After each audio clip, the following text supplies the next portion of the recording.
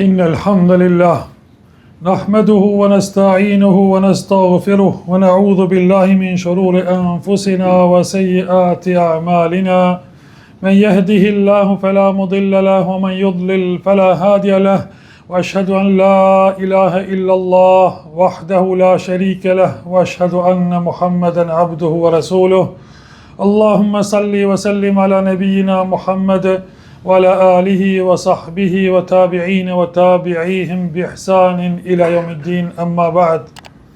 Falënderimi takon Allahut Azza wa Jall, prej Tij ndihmë kërkojmë vetëm prej Allahut, falje për gabimet tona kërkojmë.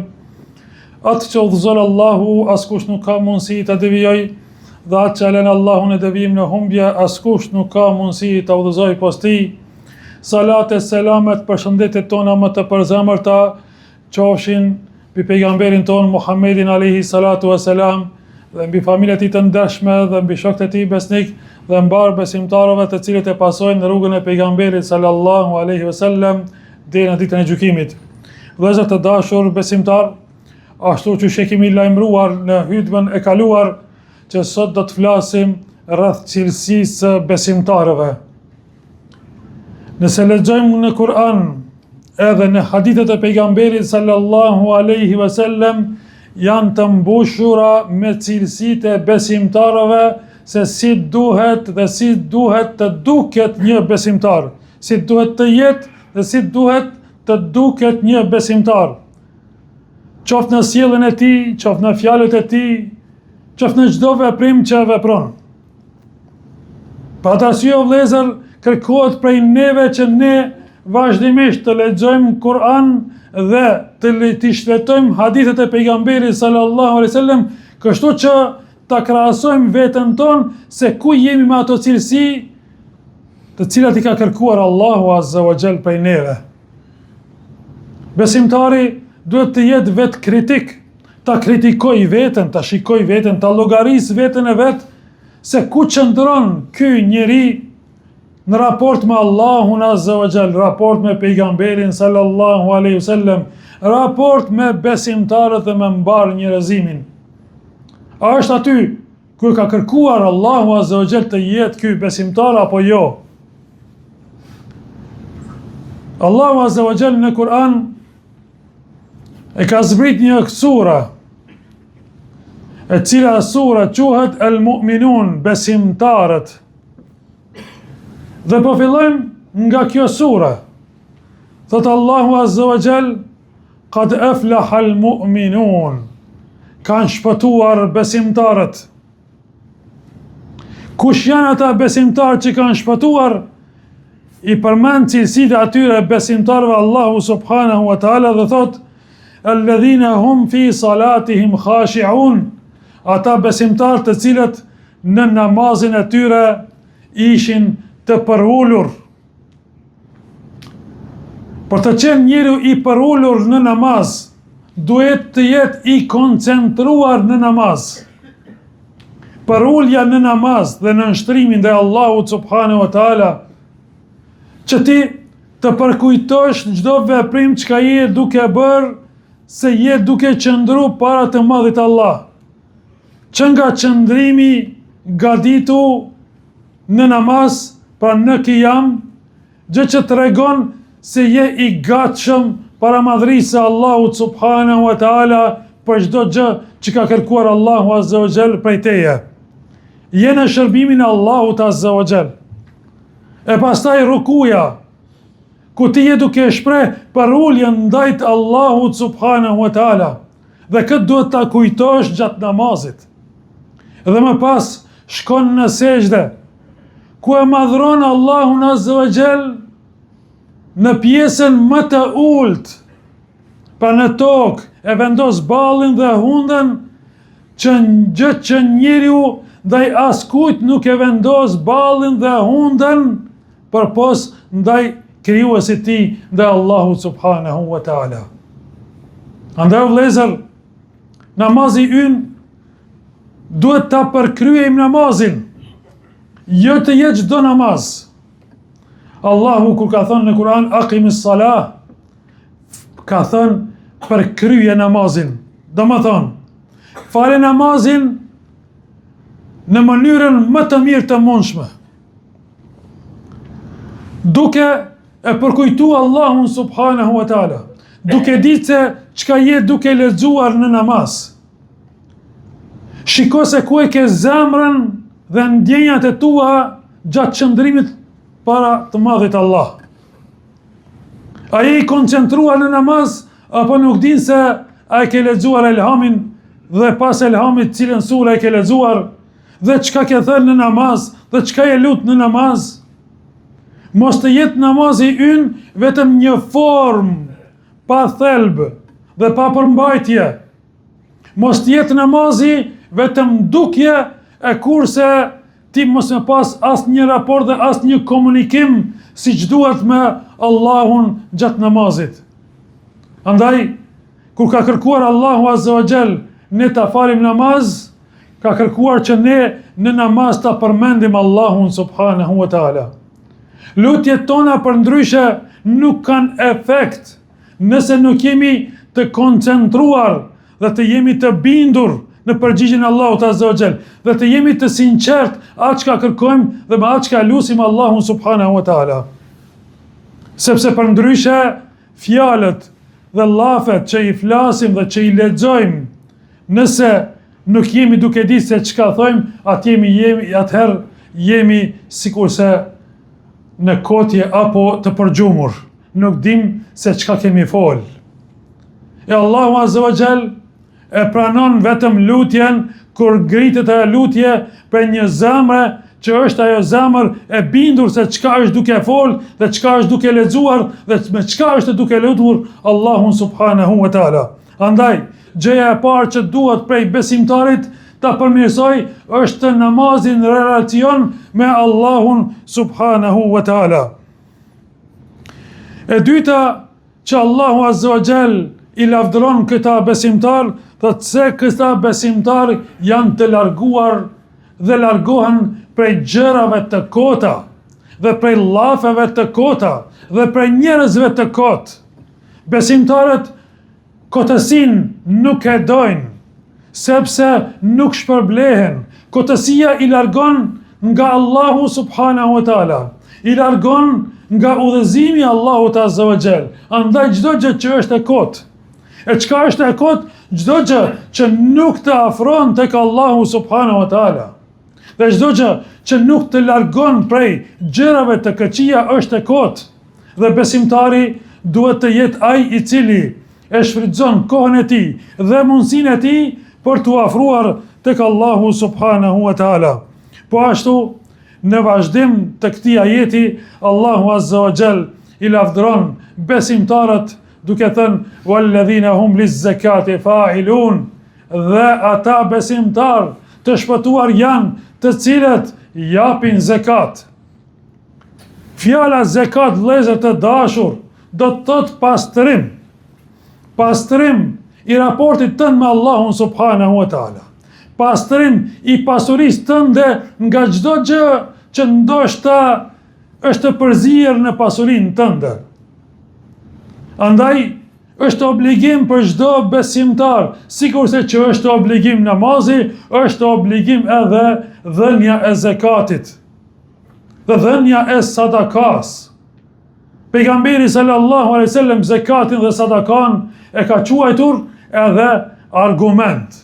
Argument për imanin tënd, se këtë punë, dhënien e sadakas dhe zekatit, nuk e bën vetëm se ai njeri i cili ka iman tek Allahu subhanahu wa taala dhe pret që Allahu Azza wa Jall me shpërblyj atë njeri dhe ka frikë nga dënimi Allahu subhanahu wa taala, andaj ky besimtar don që me zbatu urdhrin e Allahut subhanahu wa taala dhe asesi mund të shku nga i madhi Allah. E pëson cilësia tjetër e besimtarëve në këtë ajet, ku thot Allahu Azza wa Jall walladhina hum li furujihim hafidhun illa ala azwajihim, dhe ata të cilët i ruajnë organet gjenitale të tyre nga haramet, përpos nga bashkëshortët e tyre. Vëllezër të dashur, besimtari ballafaqohet me epshin e tij dhe me kojtin e tij dhe e përkufizon vetveten e tij dhe ndalet aty ku na ka mësuar Allahu më undal. Andaj zinaja, imoraliteti dhe çdo gjë që rrjedh në këtë pikpamje është ndaluar dhe është haram. Dhe njeriu do të ballafaqohet me ndëshkimin e Allahut subhanahu wa taala, andaj duhet që të pendohet nga çdo veprim i keq, nga çdo haram, të shkojë tek Allahu azza wa jall i pastër, sepse vdekjes nuk i dihet. Po ashtu vazhdon Allahu azza wa jall me cilësi tjera vëllezër nderuam, e ajo është ruajtja e emanetit. Ruajtja e emanetit.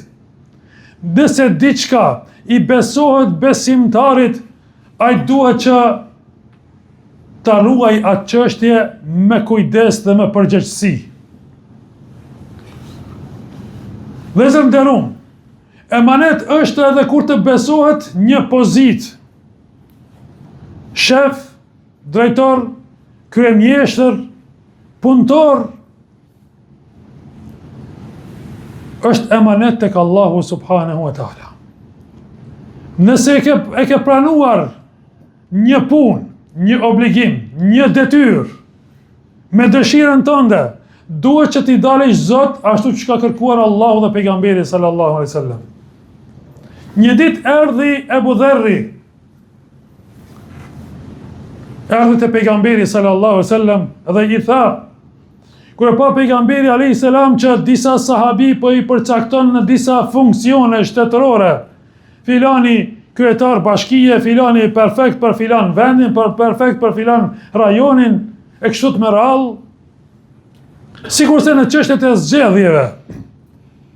I ka emëruar pejgamberi sallallahu alaihi wasallam udhëheqësit. Ky sahabi ka ardhur se nuk e ka caktuar me ndonjë udhëheqësi dikun. Dhe po i thot, oj dërguar Allahut, ma jep ndonjë funksion, ndonjë pozitë. Pejgamberi sa mi tha, jo, tha, për ty tha jo, sepse je njeri i dobët në këtë aspekt. E pozita është përgjegjësi. Është përgjegjësi dhe në ditën e gjykimit, njeri do t'i bi pishman, pse ka pasur atë pozitë, sepse pozitë sa më të lartë në dynja, përgjegjësia më e madhe dhe llogaria më e madhe tek Allahu subhanahu wa taala. Andaj e këshilloj që ai mos të merr ndonjë pozitë. Andaj vëllezër të dashur, nuk është e lehtë që dikush me dalë dhe me kërku vota, ma jepni mua, ai tjetri ma jepni mua. Kjo është punë e lehtë me gojë, por është përgjegjësi e madhe para të madhit Allah. Pejgamberi sallallahu alaihi wasallam e këshilloi Aliun radiallahu anhu. Dhe kush ishte Aliu radiallahu anhu? Prej besimtarëve të parë, njeriu i drejtë, udhëheqës, komandant, khalife më pas u bë. Dhe pejgamberi sa mi tha, o Ali, mos kërko kur udhëheqje. Kur ti mos kërko për veti udhëheqje, mos kërko post. E nëse të jipet pa kërku, atëherë do të ndihmosh prej Allahut azza wa jall. E nëse të jipet me kërkesën tënde dhe me insistimin tënd, nuk do ndihmosh prej Allahut subhanahu wa taala.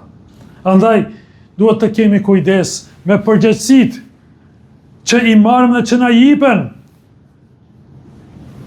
Emanetin ta dërgojmë në vend ashtu çish duhet një person të jetë përgjegjës pa në parasysh funksionit dhe pa në parasysh pozitës që e ka në këtë botë.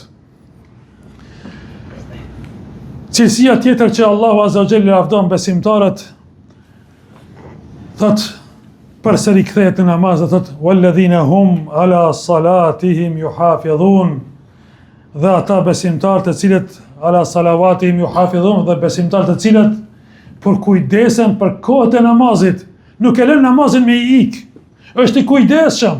Këta janë pra besimtarët që i ka lavdruar Allahu subhanahu wa taala.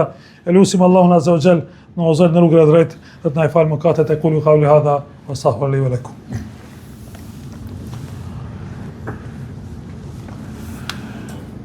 Alhamdulillahi Rabbil Alamin, wa afdalu salatu wa atammu taslim ala nabina Muhammedin sallallahu alaihi wasallam. E falenderojmë Allahun Azza wa Jall, salatu e selamit i dërgojmë pejgamberit ton Muhammedit alaihi salatu wa salam. Vëllezër të dashur besimtar, këto ishin vetëm disa cilësi në surën El Mu'minun. Kemi edhe cilësi tjera në disa ajete të ndryshme dhe sure të ndryshme në Kur'an, e që vetëm disa do t'i përmendim dhe disa të tjerë që gjenden në hadithet e pejgamberit sallallahu alaihi wasallam. Allahu Azza wa Jall i ka lavdruar besimtarët dhe besimtaret, të cilët kur diçka gjykon Allahu dhe pejgamberi sallallahu alaihi wasallam për ndonjë çështje, ata nuk kanë zgjidhje tjetër. Ky është e besimtar. Nëse për një besimtar thotë Allahu ka thënë kështu, dhe pejgamberi sa më ka thënë, dhe ai thotë nuk e merr fjalën e Allahut, nuk e merr këshillën e Allahut dhe vepron ndryshe, ai pra ka vepruar sipas epshit të tij. Për çdo mosmarrveshje, ka kërkuar Allahu Azza wa Jall që mosmarrveshjet tona t'i kthejmë tek Allahu dhe tek i dërguari Allahu subhanahu wa taala. Aty të gjykojmë, aty të shikojmë se ku jemi dhe ku duhet të qëndrojmë dhe si duhet të veprojmë. E jo të vazhdojmë në mosmarrveshjet tona duke e injoruar fjalën e Allahut Azza wa Jall dhe duke injoruar drejtsinë e Allahut apo të pejgamberit Muhammed sallallahu alaihi wasallam.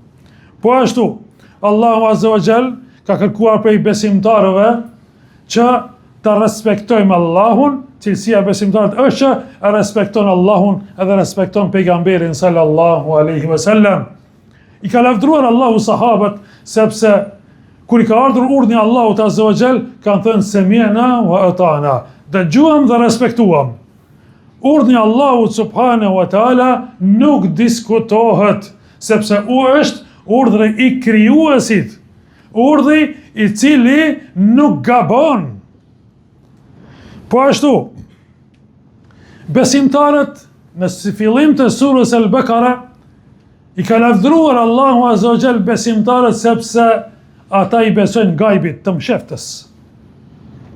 I besojmë gajbit të nëse nuk e kemi parë Allahun Azza wa Jall, por e ndijim, e shohim ndihmën Allahut Azza wa Jall, krijesat e Allahut subhanahu wa taala, gjë që tregojnë për të madhin Allah, si u krijuan këta njerëz. Nuk është pikën nga asgjë, është një krijues i cili i krijoi këta. E besojmë ditën e Kiametit, veç pse na ka treguar Allahu dhe pejgamberi sallallahu alaihi wasallam. Kjo është e mshef për ne, por i besojmë sepse i kemi besuar Allahut, i kemi besuar Kuranit, i kemi besuar pejgamberit Muhammed sallallahu alaihi wasallam. I besojmë melekët, i besojmë gjinët, shejtanët që ekzistojnë. Allah na ruaj prej tyre.